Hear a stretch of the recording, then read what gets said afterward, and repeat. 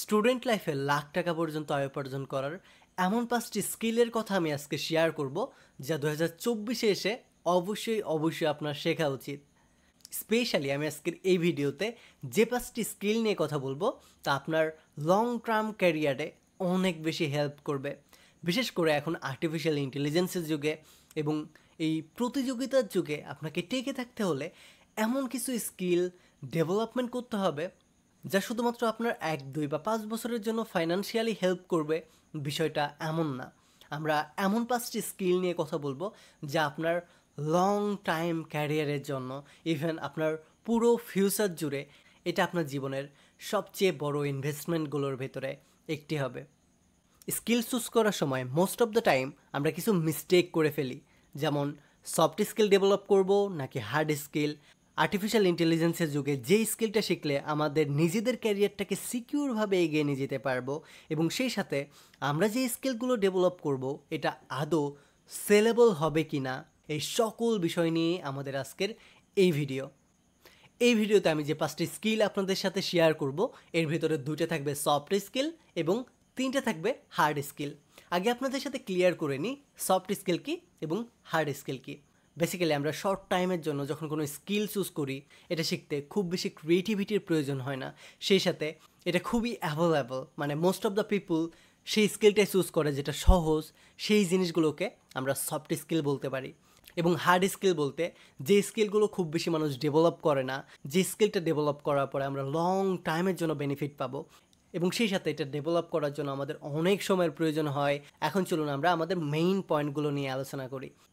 Number 5, social media manager, যেটা আপনি খুব কম সময়ে আপনি আপনার নিজের আয়ত্তে নিয়ে আসতে পারবেন।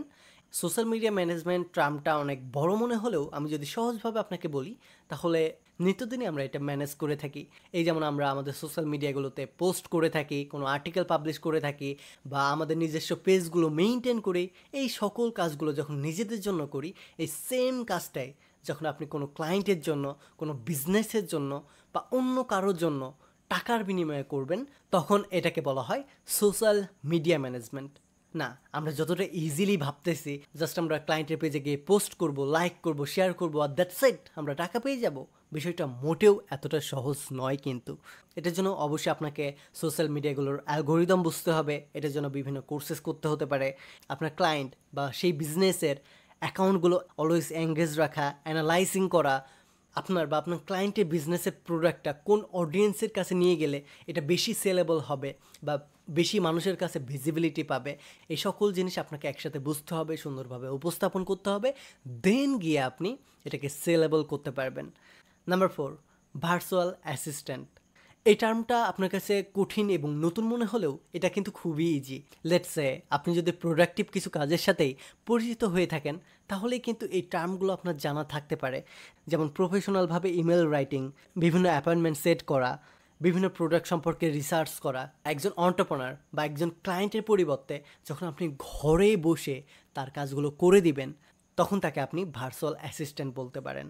এই কাজটাও আমাদের ইজি মনে হতে পারে, যেমন ক্লায়েন্টের জন্য ইমেল রাইটিং বা ক্লায়েন্ট যে বিষয়ে কাজ করে সে বিষয়ে রিসার্চ করে রিসার্চ পেপারগুলো ক্লায়েন্টকে দেওয়া বা বায়ারকে দেওয়া। আপনার ক্লায়েন্টের আন্ডারে যে বায়ারগুলো থাকবে তাদের সাইকোলজি বোঝা, সেই অনুযায়ী তাদের সাথে বিহেভিয়ার করা, সেই সকল বিষয় মেনটেন করতেও কিন্তু আপনার প্রপার একটা কমিউনিকেশন স্কিল লাগবে। টাইম ম্যানেজমেন্ট সম্পর্কে ধারণা রাখতে হবে, দেন গিয়ে আপনি আপনার সার্ভিস বা স্কিলটাকে সেলেবল করতে পারবেন।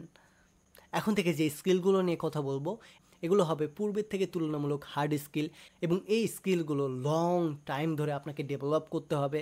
বিভিন্ন টুল সম্পর্কে, বিভিন্ন সফটওয়্যার সম্পর্কে আপনাকে ডিটেলসে জানতে হবে এবং টপ নচ ওয়ার্ক প্রোভাইড করতে হবে, দেন গিয়ে এগুলোকে আপনি সেল করতে পারবেন। সো এটার জন্য নাম্বার 3-তে আমি ভিডিও এডিটিংকে রেখেছি। এই যেমন রাইট নাও আপনি আমার ভিডিওটা দেখতেছেন, এই ভিডিওটা কিন্তু এতটা সুন্দর হতো না যদি এখানে এডিটিংয়ের কাজ না থাকতো। ভিডিও এডিটিং এই সময়ে এসে মোস্ট ইম্পর্টেন্ট একটি স্কিলগুলোর ভিতরে একটি।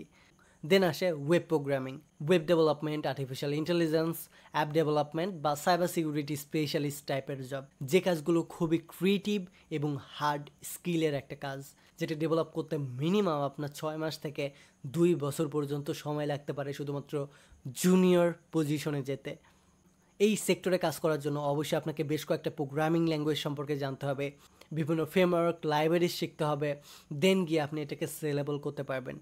যেমন ওয়েব ডেভেলপমেন্টের ভিতরে আছে front end development, back end development, full stack development, app ডেভেলপমেন্টেও সেম, ইথিক্যাল হ্যাকিংয়ে white hat hacker, black hat hacker, grey hat hacker. So অনেক ধরনের ট্রাম কাজ করে। শুরুতে একটা স্কিল চুজ করুন, এটার একটা পার্ট ডেভেলপ করুন, দেন এটার পরের আরেকটা ধাপ পার করুন।